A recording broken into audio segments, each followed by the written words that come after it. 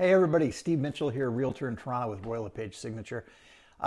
Sitting here in my own heavily renovated and recently renovated home with a word about building permits. Sounds boring, but I just had the painful experience of having to advise a buyer client of mine away from a home she really liked once we discovered that no permits were taken out for the extensive permit required work that was performed. I wanted to do a video about it and share this important point about buying.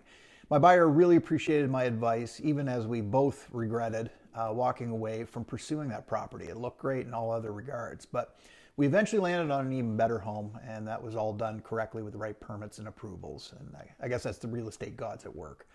Anyway, 2020 and 2021 especially, fueled by record low interest rates, saw an explosion of sales of all types. And within that explosion of new sales, we're also a huge increase in the number of investors taking advantage of this cheap money. Some of questionable experience and professionalism, not all. Buying teardowns, renovating them often extensively, and then putting them back up on the market in the hopes of making a profit. Capitalism at work. Flipping.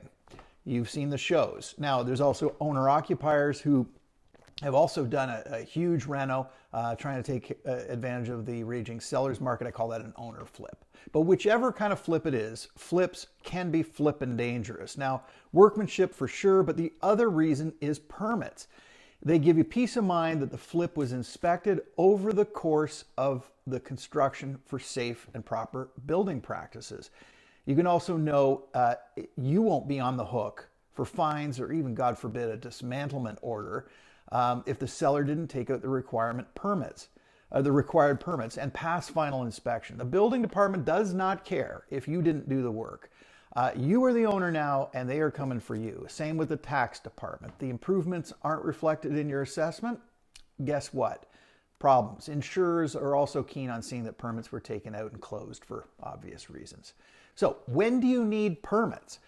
Well, generally speaking, permits are not normally required where the improvements, even numerous improvements, are primarily cosmetic in nature and not structural, electrical, or plumbing related.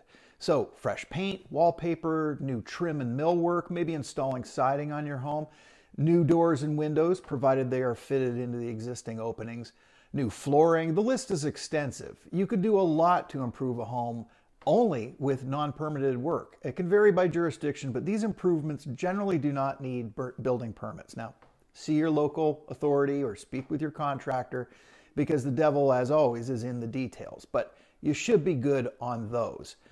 But a home with new additional bathroom, permits. Finishing an unfinished basement, permits. Adding a deck, permits. Moving or removing interior walls, especially if they are load-bearing. Installing a fireplace. A brand new kitchen island with sink in it. Permits, permits, and permits.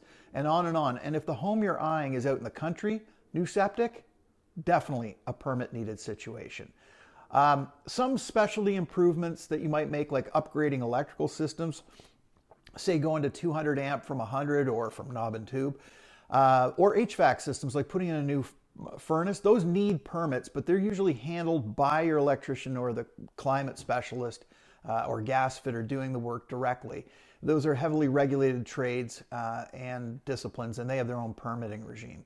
So if you see a home that has extensive and especially recent renovations, in addition to assessing whether you like the look, the workmanship, the function of what was done, before getting more serious on that property, ask your agent to look into whether permits were taken out to do that work and whether or not those permits are now closed. All it takes is $9 spent on a report from the Municipal Property Assessment Corporation, aka MPAC, to check on permit status. You can also get it out in other ways as well. But even on an unrenovated home, they reveal so much, and I always order these reports. If the MPAC report is showing nothing in the permit section, or a permit is showing as still open, it may just be a lag in the posting of the status or a posting in the permit, but it really warrants a lot more investigation. You should be demanding your agent get documents and answers from the selling side and get to the bottom of things. If the reno was 5 years ago and nothing is up on MPAC, and the seller may well have gone rogue, and all that permitless work could come back to bite you, even if it's technically sound.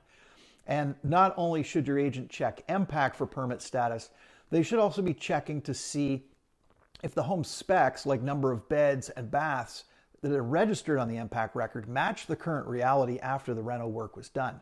If MPAC shows fewer beds or baths than are currently in the home, this is a red flag.